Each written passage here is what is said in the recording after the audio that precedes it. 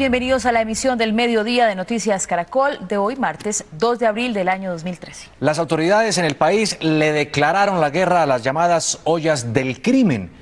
Horas después del ultimátum del presidente Juan Manuel Santos para acabarlas en un plazo de 60 días, la policía envió grupos especializados de inteligencia a varias capitales. La orden presidencial es acabar con 24 sitios de venta de droga, de dominio de peligrosas organizaciones delincuenciales en varias zonas del país. Se trata de un ambicioso plan que prácticamente tiene efectos en las principales áreas metropolitanas de nuestra nación. Estamos cubriendo esta noticia desde todos los ángulos y estamos en vivo en Bogotá, en Pereira, en Cartagena, Bucaramanga y Medellín.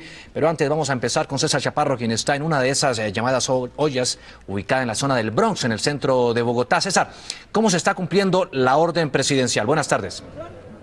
Muy buenas tardes, Juan Diego. La orden presidencial inició aquí exactamente en la calle del Bronx hacia las 12 de la medianoche, cuando aproximadamente 62 policías llegaron a participar en esta ofensiva que va acompañada con requisas, también con la ubicación de las principales ollas que continúan en este sitio, pero ya han sido detectadas, también con la captura de los responsables de esas ollas y con la expropiación de las viviendas donde fueron encontradas esos sitios, esas ollas. También ha dicho la policía que esta ofensiva va acompañada por un sistema de salud, un acompañamiento también pedagógico y de resocialización. La ofensiva contra los principales centros de distribución de drogas conocidos como ollas es coordinado desde Bogotá por el director de la Policía, general José Roberto León Riaño. Se encuentran 24 ollas que son reconocidas en estas ciudades como Bogotá. Tenemos otros sitios: Cali, Medellín, Barranquilla, Cúcuta, Pereira, Manizales, Ibagué. Ciudades a donde llegaron grupos especializados de inteligencia y policía judicial para capturar a los dueños de los sitios que mueven a diario cerca de 60 millones de pesos. Entonces, en ese trabajo que se está haciendo de inteligencia, se pretende ubicar toda la cadena criminal generadora de esa violencia urbana y que se origina desde allí, de estas ollas que son reconocidas en esas ciudades. La mayoría de las acciones judiciales van acompañadas de campañas de salud y resocialización divididas en varias fases, como se está haciendo en la calle del Bronx, ubicada en el centro de Bogotá, según el alcalde de la localidad Los Mártires, Diego Piñeros. Que tiene que ver con la adecuación de los predios que van a ser entregados por la Dirección Nacional de Estupefacientes, que habían sido incautados por el expendio de drogas allí mismo. Y bueno, tiene que darse la adecuación de los predios para la dignificación de los ciudadanos habitantes de calle. La policía aseguró que en estas acciones sociales en el Bronx participan 62 policías haciendo acompañamiento de día y de noche. Estos operativos, dice la misma policía, que ha permitido reducir en un 70% la criminalidad que anteriormente se vivía en esta zona céntrica de la capital del país. César Chaparro Pinzón, Noticias Caracol. Ya regresamos, César, con su reporte. Seguimos en este recorrido nacional. Vamos ahora a Cartagena, donde la policía se tomó el callejón Carrillo en el mercado de Basurto. En Ronald Avellaneda se encuentra allí. ¿Qué resultados hay hasta ahora de esta ofensiva, Ronald? Mabel, este callejón, como usted bien lo comenta, es el que les estamos mostrando de fondo. Aquí nos ubicamos en el corazón de Basurto. Es una de las entradas donde confluyen muchos indigentes, habitantes de calle que llegan, según las investigaciones, a comprar alucinógenos en esta área. No todos los ciudadanos son malos. Ese es el eslogan, o digamos ese es como el refrán que más se maneja aquí, porque hay muchas familias que están dentro del mercado de Basurto. Hay un barrio, además, hay, digamos, colegios y otras áreas comerciales, pero allí incrustados están estos lugares, estas ollas de bazuco. Hasta el momento se tiene, digamos, la incautación de más de 50 dosis de estupefacientes. Aquí participan también 50 hombres de todas las especialidades de la Policía Metropolitana que investigan, hacen esa labor de inmersión para detectar estos puntos donde esconden los indigentes el estupefaciente, los alucinógenos una vez los compran, y cuáles son esas personas que hacen la mediación para de una u otra manera distribuir la droga por diversos puntos aquí en el mercado de Basurto.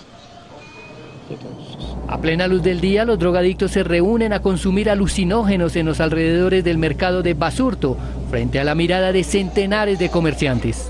Sería bueno que acabaran con estas cabletas de por aquí, ¿verdad? Porque esto por aquí está vuelto nada.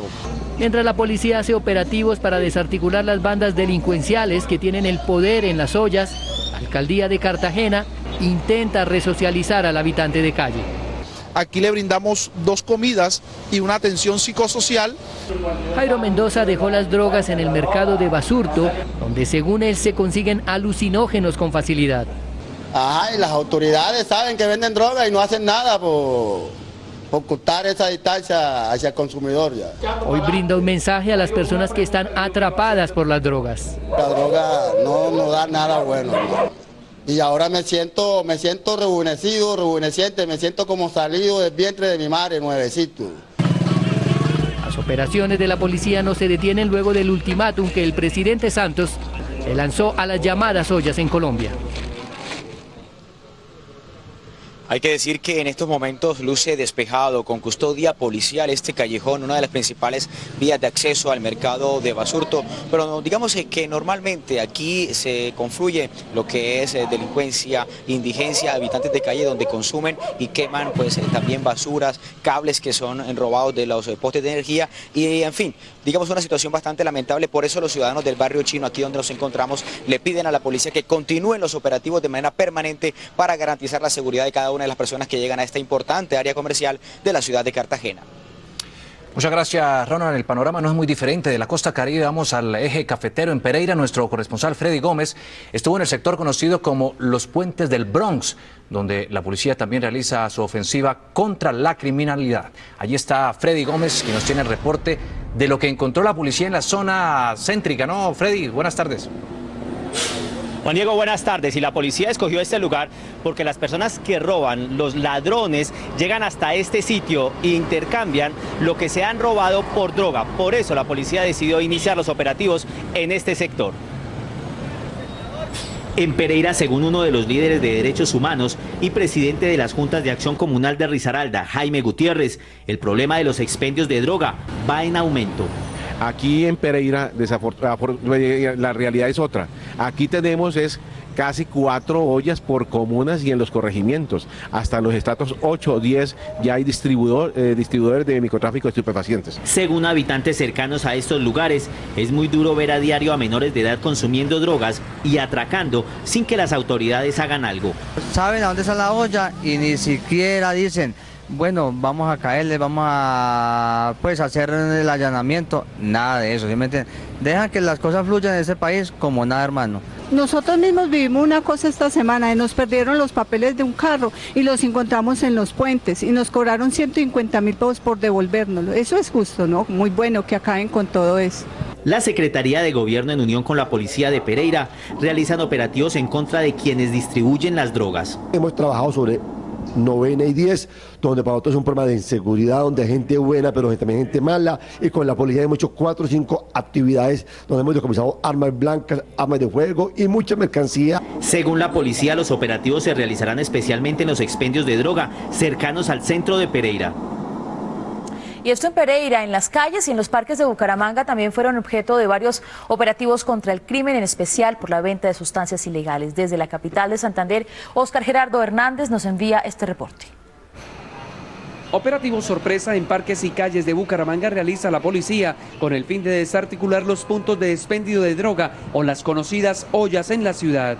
El comandante de la policía de Bucaramanga aseguró que por lo menos 1000 hombres realizan esa tarea diariamente. En lo que ha corrido del presente año se han capturado 1.337 personas por fabricación, porte y tráfico de estupefacientes. De igual manera se han realizado 18 allanamientos a expendios de estupefacientes. Por su parte, el alcalde de Bucaramanga, Luis Francisco Borges, aseguró que en la ciudad existen programas gratuitos para evitar que jóvenes y niños sean utilizados para el tráfico de drogas. Mi Musical, un programa que ha diseñado el gobierno municipal donde van a participar 700 niñas y niños en la música, en la danza y en el teatro.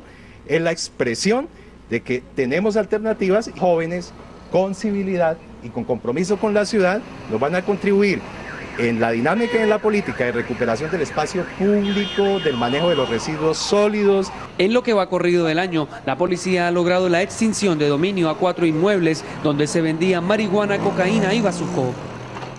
La guerra contra el crimen también se desarrolla en Medellín. En la capital antioqueña hay mucha expectativa por la visita del presidente Juan Manuel Santos y el director de la policía, quienes han lanzado una ofensiva contra la delincuencia. Además, ya lo hicieron hace un par de días. Por eso vamos a ir en vivo con Diana Pérez para que nos cuente cuál es el panorama, Diana, con el que se va a encontrar el jefe de Estado cuando llegue a Medellín.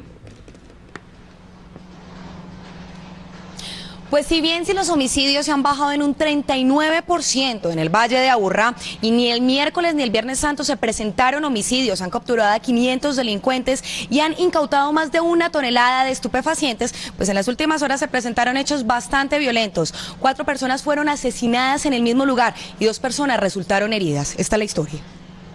Aunque el presidente Santos declaró la guerra a la delincuencia en Medellín, aún la violencia no cesa en la capital antioqueña. Esta madrugada fueron masacrados 4 jóvenes. Hasta ese lugar unos individuos preguntando por estupefacientes. Estas personas dijeron que ellos no vendían este tipo de sustancias y estos individuos sin ninguna otra consideración procedieron a disparar. En este sitio donde asesinaron a las 4 personas confluye un parque infantil, un colegio y una cancha. La comunidad asegura que ya había pedido policías para la zona. Hemos denunciado mucho sobre la inseguridad aquí del sector, mucho consumo de sustancias psicoactivas y ya estamos muy cansados en el sector por tanta delincuencia, por tanto robo que en este momento en el barrio. A este hecho se suman 3 muertos más de jóvenes que fueron brutalmente asesinados. Los descuartizados o desmembrados del pasado jueves eran jóvenes también de 17 y 19 años de edad, tenían antecedentes judiciales, pero igualmente personas de una temprana edad. Hoy el presidente vuelve nuevamente a Medellín y hay expectativa en el Departamento por la Seguridad fase de esta ofensiva contra la delincuencia. Bueno, todos estos hechos se dan en el marco de la llegada del presidente, pues hasta ahora en estos momentos se encuentran reunidos tanto el presidente con todos los altos mandos aquí en Medellín para definir estrategias para que cese toda esta violencia en la capital de Antioquia y en los municipios aledaños. Informó desde Medellín Diana Pérez, Noticias Caracol. Urna virtual, pregunta del día. ¿Cree que es posible, como lo pide el presidente Santos, acabar con las llamadas ollas de venta de droga en Colombia en 60 días? ¿Sí o no? Responda a www.noticiascaracol.com o www.elespectador.com. Resultados mañana en nuestra emisión del mediodía. Y otra de las noticias del día es la delicada situación que se vive en el departamento de Arauca, frontera con Venezuela, por la muerte de un joven canoero de 28 años. Autoridades señalan a miembros de la Marina venezolana como los causantes de este hecho. Este es el río Arauca, que separa la frontera entre Colombia y Venezuela. Por estos días, escenarios de fuertes tensiones. La muerte de un joven de 28 años fue el detonante. No, hoy hicimos el paro por respecto de la muerte del compañero y por eso tenemos el paro hasta mañana, así que hasta el jueves. Ellos son canoeros, que en protesta por el crimen interrumpieron la navegación por el río. Dicen que sienten temor para seguir trabajando informalmente en la frontera. Digamos que sí, porque ya ahorita en el momento pues demorarán pues unos 3-4 meses para venir, pero después vuelven y hacen lo mismo. Vuelven a hacer lo mismo, no tenemos respaldo de ninguno acá. El gobierno de Arauca recoge pruebas suficientes para presentar ante la Cancillería colombiana y pide al gobierno venezolano indemnizar a la familia del joven canoero. Vamos a recopilar todo este material para que con bases sólidas vamos a presentar la queja a Cancillería, porque esos son los canales más expeditos para que el gobierno venezolano de alguna u otra manera indemnice a esta familia o tal vez se pueda adelantar alguna acción por parte de ellos. Familiares y amigos esperan que el CTI de la Fiscalía haga entrega del cuerpo sin vida de Luis Humberto Cáceres para darle cristiana sepultura. En la frontera entre Colombia y Venezuela se han presentado otros incidentes que han calentado el ambiente político entre ambos países. En Noticias Caracol les recordamos algunos de los casos más sonados. Entre los delicados incidentes que se han presentado a lo largo de la frontera con Venezuela está el caso del sobrevuelo de un helicóptero venezolano que estuvo rondando varios minutos sobre territorio colombiano, exactamente sobre las instalaciones del comando de la Brigada 18 del Ejército y la capital araucana. La Cancillería colombiana envió una nota de protesta y explicó en esa oportunidad que la aeronave no había violado de manera accidental el territorio colombiano, pero que en una actitud prudente las fuerzas militares no reaccionaron ante este hecho inaceptable. En la frontera con Venezuela también se han registrado varias muertes que han calentado la diplomacia. 3 campesinos colombianos perdieron la vida en el municipio venezolano de García de Evía, en la frontera. Las autoridades colombianas informaron que las víctimas acribilladas cuando viajaban en sus motocicletas no poseían antecedentes judiciales. Penetró hasta Fuerte Mara. El presidente Hugo Chávez había denunciado en el año 2008 igualmente la incursión de un presunto avión espía no tripulado de los Estados Unidos que habría sobrevolado su territorio con la presunta autorización de Colombia, que prestó sus bases militares. Colombia respondió en esa oportunidad que los confundieron con el trineo de Papá Noel. En un momento tendremos el pronunciamiento del Ministerio de Relaciones Exteriores en Bogotá. Y la policía capturó a un hombre que venía extorsionando a una menor de 13 años en el departamento Cauca. Según las autoridades, el detenido le exigía dinero a esta pequeña a cambio de no violarla y de no atentar contra la vida de sus padres. Desde hace 6 meses el hombre citaba todos los días a la niña de 13 años en este parque de Popayán, bajo una fuerte advertencia, si no llegaba a cumplir con el encuentro. Este hombre empieza a decirle que si no está con él, que si no accede a sus requiebros amorosos, entonces va a atentar contra ella o contra su familia. Las amenazas contra la pequeña se incrementaron. El hombre la amenazó con violarla si no le pagaba una alta suma de dinero. La menor le informa a sus padres, los padres llegan al Gaula, presentan la denuncia. Como la denuncia no era suficiente para capturar al delincuente, la niña decidió grabar uno de esos últimos encuentros. Venga, yo ya le tengo la plata. ¿Dónde la entrego? No, pues yo la vendo aquí. ¿Dónde nos vemos y se la entrego? ¿Dónde quieren que nos veamos? Pues yo no sé ustedes eran dónde nos vemos y se la entrego y que sea hoy porque yo me voy. Pero con la condición de que usted, mi mamá y a mi familia le hagan nada. Al día siguiente, mientras se registraba un nuevo encuentro para pagarle los 30.000 pesos que le exigía a cambio de no asesinar a sus padres, el delincuente fue capturado por los agentes del Gaula. Luego fue trasladado a la cárcel de Popayán. Según la policía, el año pasado 8 niños fueron víctimas de extorsiones por parte de adultos. César Chaparro Pinzón, Noticias Caracol. Largas filas se han registrado desde la madrugada en varias sedes de la EPS Capital Salud en el sur de Bogotá. Nuestro Ojo de la Noche los acompañó en la madrugada y Juanita Gómez estuvo con ellos, con los usuarios, durante toda la mañana. ¿Qué dicen los usuarios? Juanita, buenas tardes. Mabel, buenas tardes. Los usuarios dicen que además de las largas esperas que tuvieron esta mañana, pues se han tenido que enfrentar al mal servicio en la EPS Salud Capital, además de los problemas en el papeleo para lograr una autorización, ya sea para un medicamento o para una cita médica, y además de la congestión que se presenta en las sedes. Además de eso, no solo el problema viene desde hoy, también aseguran que esto se presenta desde hace mucho tiempo. Humberto Bustamante y su esposa Paulina llegaron a las 5 de la mañana a una de las sedes de Capital Salud, a la espera de una autorización que según ellos vienen buscando desde hace un año. Ella tiene cataratas por infección intraocular y necesita una cirugía urgente. Todos esos papeles son del año pasado y no me dan nada, hermana, que yo operar y está mal de las vistas y ya está perdiendo las vistas. Y yo estoy ahorita sin empleo ni nada, no puedo trabajar por estar con ella. Un poco más adelante en la fila estaba doña Ana, quien iba por una inyección para su esposo que padece desde hace años cáncer de hígado. Ella se queja del mal servicio en la atención de Capital Salud. Me toca esperar porque la señorita me dice que tengo que esperarme 9 días hábiles para que me den esa autorización y esos 9 días hábiles se me van a 20 días. Entonces todo ese tiempo que me espera mi esposo tiene cáncer en el hígado. Según fuentes de la Secretaría de Salud de Bogotá, el problema se viene repitiendo desde el año anterior, cuando esta EPS incrementó el número de sus usuarios en un 200% y recibió miles de pacientes nuevos del régimen subsidiado de otras EPS que no recibieron más. Debido a sus múltiples compromisos, el secretario de Salud de Bogotá, Guillermo Alfonso Jaramillo, no pudo hablar con Noticias Caracol, pero ante la emergencia dijo en su cuenta en Twitter: no toleramos filas inhumanas de EPS. Estas entidades tienen sufriendo a los bogotanos. Solicitamos al Gobierno Nacional manejo del subsidiado. El año pasado la Secretaría de Salud ya le había pedido al Ministerio de Salud el manejo del régimen subsidiado. Sin embargo, el proyecto nunca logró tramitarse. La EPS anunció un pronunciamiento en las próximas horas. Precisamente nosotros nos encontramos con la doctora Alba Mayorga, ya es la directora de Salud Capital, para que nos responda. Doctora, ¿cómo hacemos para garantizarle a la gente que esto no se vuelva a repetir? Bueno, hemos tomado varias medidas. En primer lugar, tenemos una interacción con los hospitales de la red pública distrital para efecto de que ellos desde sus instalaciones accedan a la página web y al tema de notificación y autorizaciones a través de la web.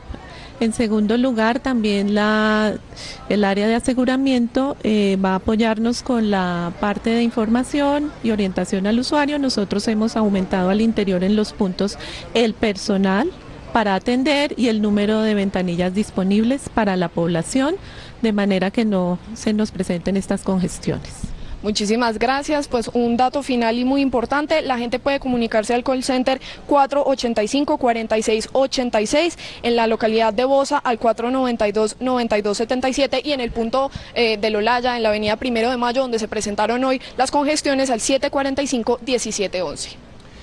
Muchas gracias, Juanita. Una voz de alerta enviaron congresistas de diferentes partidos por el mensaje de urgencia del gobierno a la reforma de la salud. Dicen que es un riesgo aprobar un proyecto de esta envergadura antes de junio. ¿Por qué? Bueno, pues se lo vamos a preguntar a Marcela Ulloa. ¿Cuántos días tardarían discutiendo esta iniciativa y cuántos en votarla? Marcela, buenas tardes. Juan Diego, muy buenas tardes. Calculen ustedes, el Congreso cuenta con 36 sesiones para sacar adelante estos 6 proyectos de mucha importancia para el gobierno nacional. Uno de ellos, el de la reforma a la salud. Eso quiere decir que si se envía el mensaje de urgencia que ha pensado el gobierno enviar esta tarde para el proyecto ordinario de reforma a la salud, tendría que resolver la crisis de la salud de 20 años en tan solo 12 semanas. Han dicho los congresistas que este tiempo es insuficiente para adelantar seminarios, foros y para consultar el gremio de la salud. Pero hablemos de lo que contiene este proyecto. Inicialmente le cambia el nombre a la EPS, le quita también los recursos a esas entidades y por último amplía el plan obligatorio de salud. Desde el centro de Bogotá, Marcela Ulloa, de Noticias Caracol. Usted lo menciona, serían 3 meses para esta reforma, la aprobación en el Congreso. Reforma a la salud. Gracias, Marcela. Y a propósito de la reforma a la salud, el autor de uno de los proyectos de ley está en el ojo del huracán por la denuncia que hizo en su contra el columnista Daniel Coronel. Se trata del representante Holger Díaz, quien según Coronel habría recibido dinero de Saludcop a cambio de favorecer a la EPS.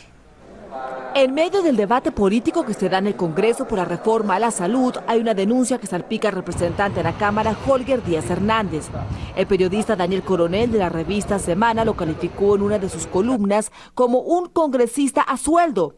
Lo hizo con base en un correo electrónico que supuestamente el congresista le envió al entonces director de Saludcop, Carlos Palacino, en el que da a entender que recibía dinero a cambio de favorecer a Saludcop.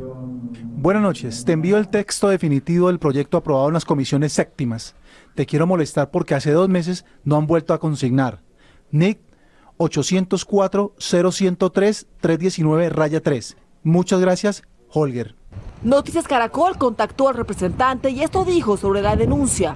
No voy a entrar en la controversia, pienso que aquí hay claridad, que los impedimentos los hemos presentado siempre al Congreso y que aquí el único objetivo es que por fin tengamos un modelo que le sirva a los colombianos. El columnista también acusa al político de un presunto conflicto de intereses porque la esposa de Díaz es la gerente de Saludcop en Santander. Así lo reconoció el propio congresista en su declaración que firmó al posicionarse como legislador. Noticias Caracol confirmó que la Corte Suprema de Justicia está investigando preliminarmente al congresista a raíz de estas acusaciones. 12:54. En los últimos 30 días se han presentado 4 graves accidentes con rutas escolares en Bogotá. Para algunos el transporte escolar se está convirtiendo en una carrera contrarreloj. Noticias Caracol fue testigo de las imprudencias que cometen a diario en esta guerra contra el tiempo y Yarin Muñoz nos tiene el informe. Yarin, buenas tardes. ¿Qué encontró? Buenas tardes, Juan Diego. Encontramos que son varios los factores de riesgo que influyen en estas carreras contra el tiempo, que a su vez terminan en algunos casos en estos accidentes de tránsito que usted mencionaba. Uno de ellos, la manera como son contratados los conductores de rutas escolares. Otra, un papel muy importante, el de los padres de familia, los colegios, obviamente los conductores y los monitores de rutas escolares. Esto fue lo que encontramos durante la mañana. Según los conductores, la asignación de los recorridos se hace a conveniencia de algunas empresas. Eso sumado al tiempo que algunos padres de familia dejan que sus hijos pierdan para bajar al bus y la presión de algunos colegios son parte de los ingredientes de estas carreras contrarreloj. ¿Qué pasa cuando llegan tarde con la ruta al colegio? ¿Qué les dice el colegio, la empresa? ¿El colegio? No están dejando entrar a los niños después de cierta hora. Por eso es que algunos prefieren ni siquiera esperar el cambio de semáforo. Esperar es un lujo que termina en competencia, como en este caso. La camioneta va a 80 kilómetros por hora por la avenida Boyacá. Lleva niños y lo peor, parece que también lleva afán. Por eso decide hacerle trampa al semáforo. ¿Venía un poquito tarde con la ruta o qué fue? No, normal, como siempre. Lo vimos que pasó el último semáforo en rojo, ¿se dio cuenta? No lo pasé en rojo, lo pasé en amarillo. Venía más o menos a veces a velocidades de 80, 60, ¿cuál es el límite?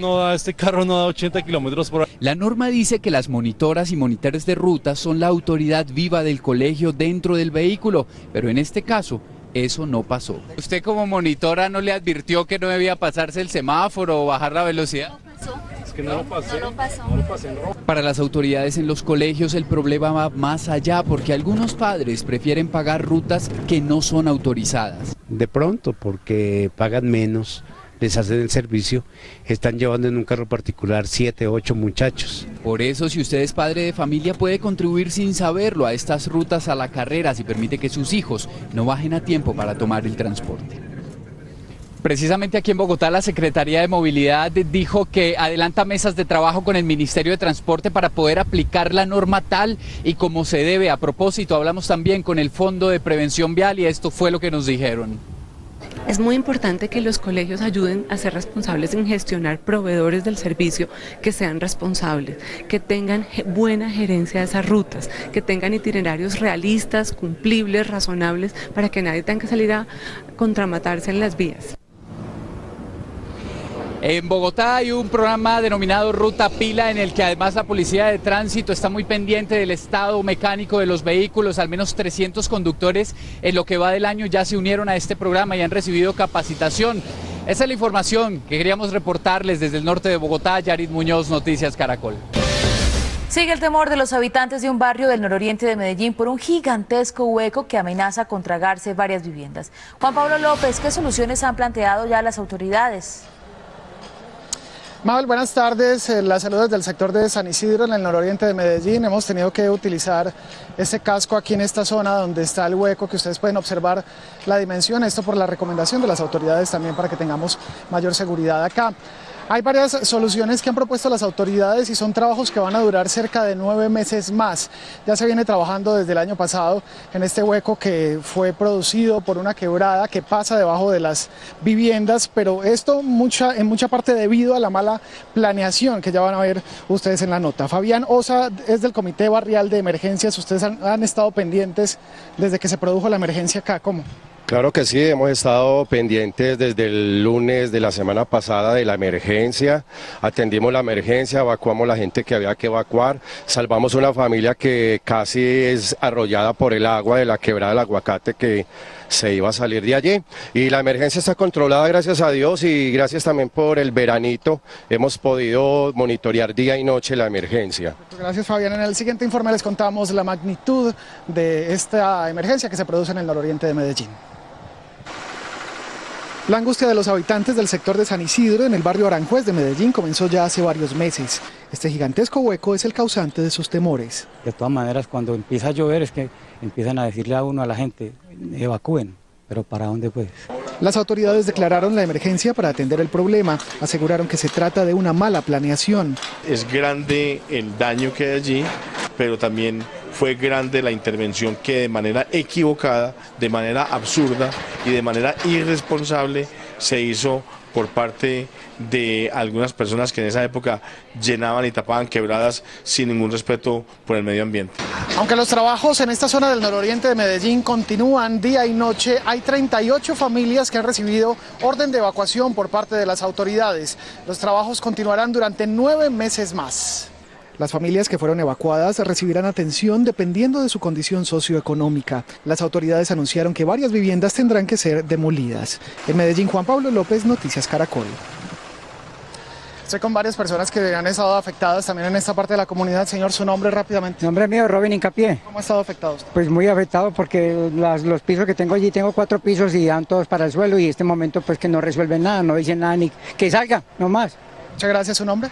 Armando Taborda. ¿Cómo ha estado afectado usted? Pues en el sentido de que nos prometieron unas ayudas para el arriendo a partir de esta fecha y hay personas que no han podido salir y no han cumplido con los arriendos.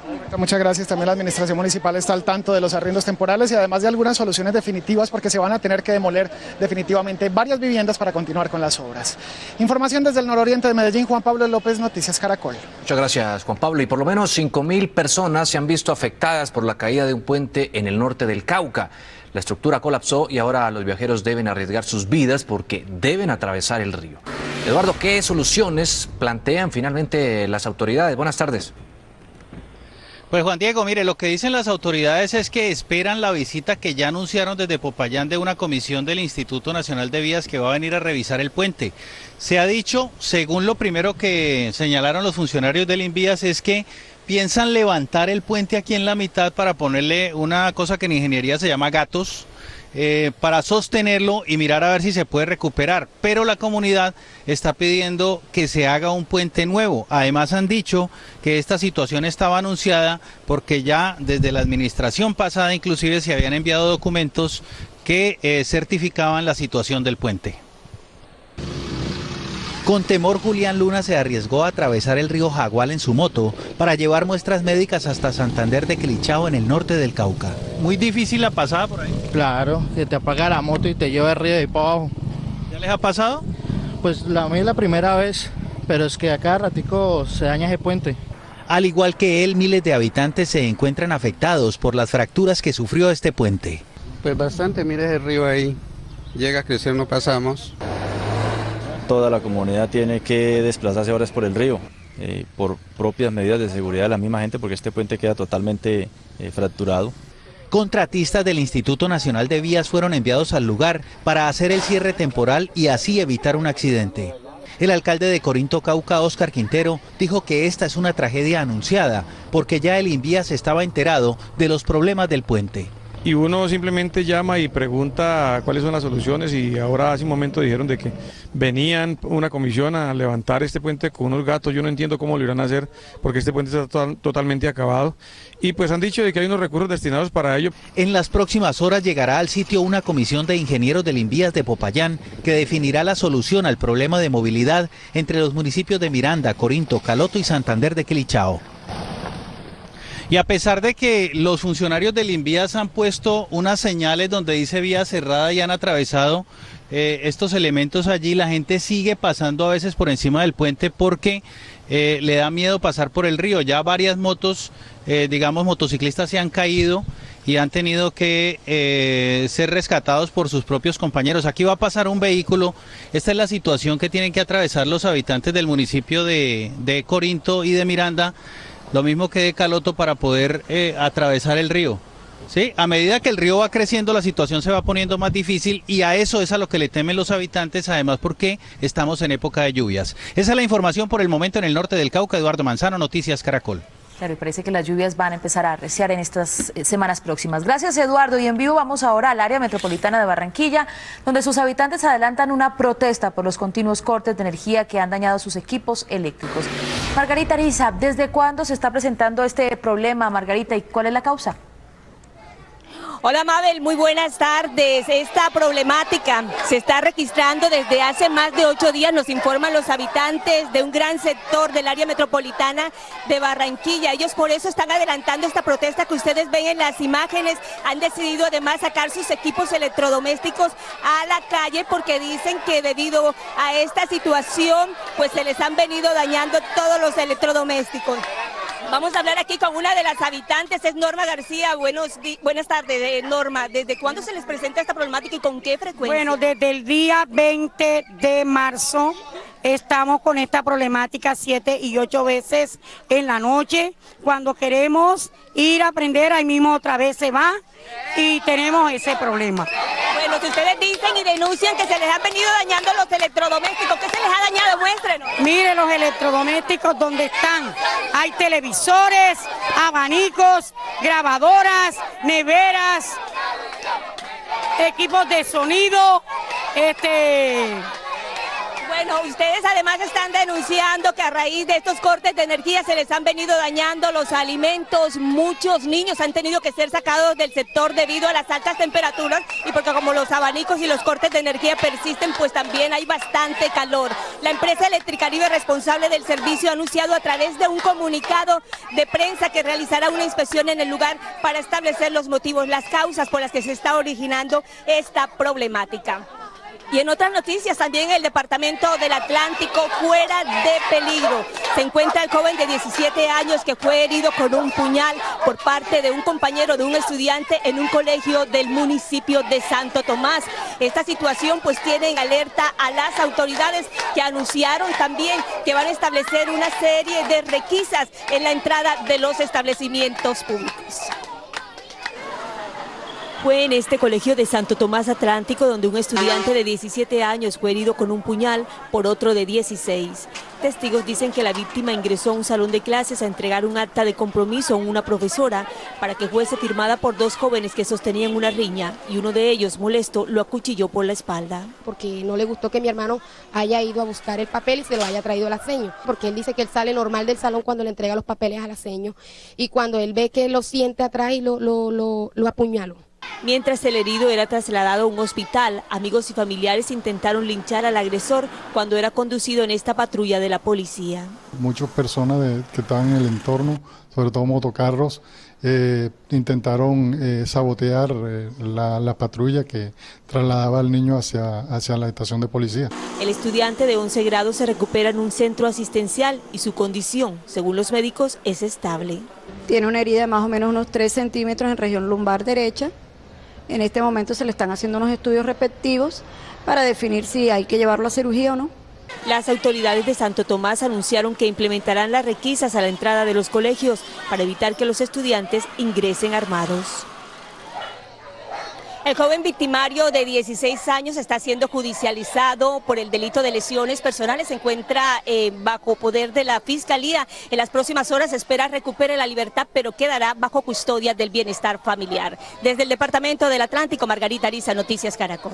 Muchas gracias, Margarita. Y la trata de personas es el tercer negocio ilícito que más dinero les representa a los delincuentes después del tráfico de estupefacientes y también del comercio de armas. Y escuchen estas cifras: el 79% de los casos se realizan para explotación sexual, un negocio criminal que reporta 32 millones de dólares al año en todo el mundo. 32 millones de dólares.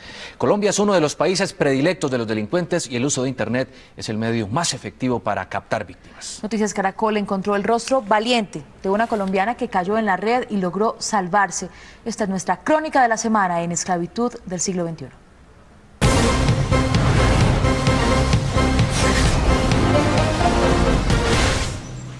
Diana Patricia Ospino no se esconde, da la cara. Es una joven colombiana que tiene en su piel la huella de haber vivido el dolor, la tortura, la pesadilla de la trata de personas. Era una situación muy difícil, se acababa de separar, tenía una hija muy pequeña, se había quedado sin trabajo. Ella quería ser actriz y por eso buscó una nueva alternativa en Internet. Tenía una amiga que me sugirió unas páginas sociales y ahí puedes conocer personas de otros países solamente para entablar una amistad. Empezó a frecuentar la red social. El chat se convirtió en un juego divertido. Trataba de agregar personas similares a mí, que no salieran semidesnudas, porque en realidad no me llamaba la atención hablar con alguien obsceno. La situación económica apremiaba y coincidió con la llegada de un hombre argentino a su red. La poesía era su prioridad, era un señor muy decente, entonces me caía súper bien. Al comienzo solo fue un chat ingenuo de 20 minutos por texto. A los 2 años habían llegado a las 5 horas con cámara. Yo en realidad no me doy cuenta en qué momento esta persona me envuelve tanto que me hace a mí pensar en salir de mi país. Su amigo virtual le pintó una situación muy real. Y él me decía, tú ya sabes que yo trabajo en el diario El Clarín, y tú ya sabes que tengo un hermano que trabaja para la productora Cuatro Cabezas. He visto tus fotos y a mí me parece que podemos hacer cosas interesantes. Y sabes que puedes ser muy famosa en mi país. La promesa empezó a verse muy real. Cuando me ofrece un contrato como tal laboral de 5 millones de pesos.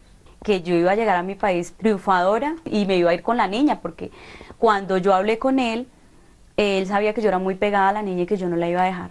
No era ingenua, le pidió su hoja de vida para ver sus vínculos. Todo era verídico y confió.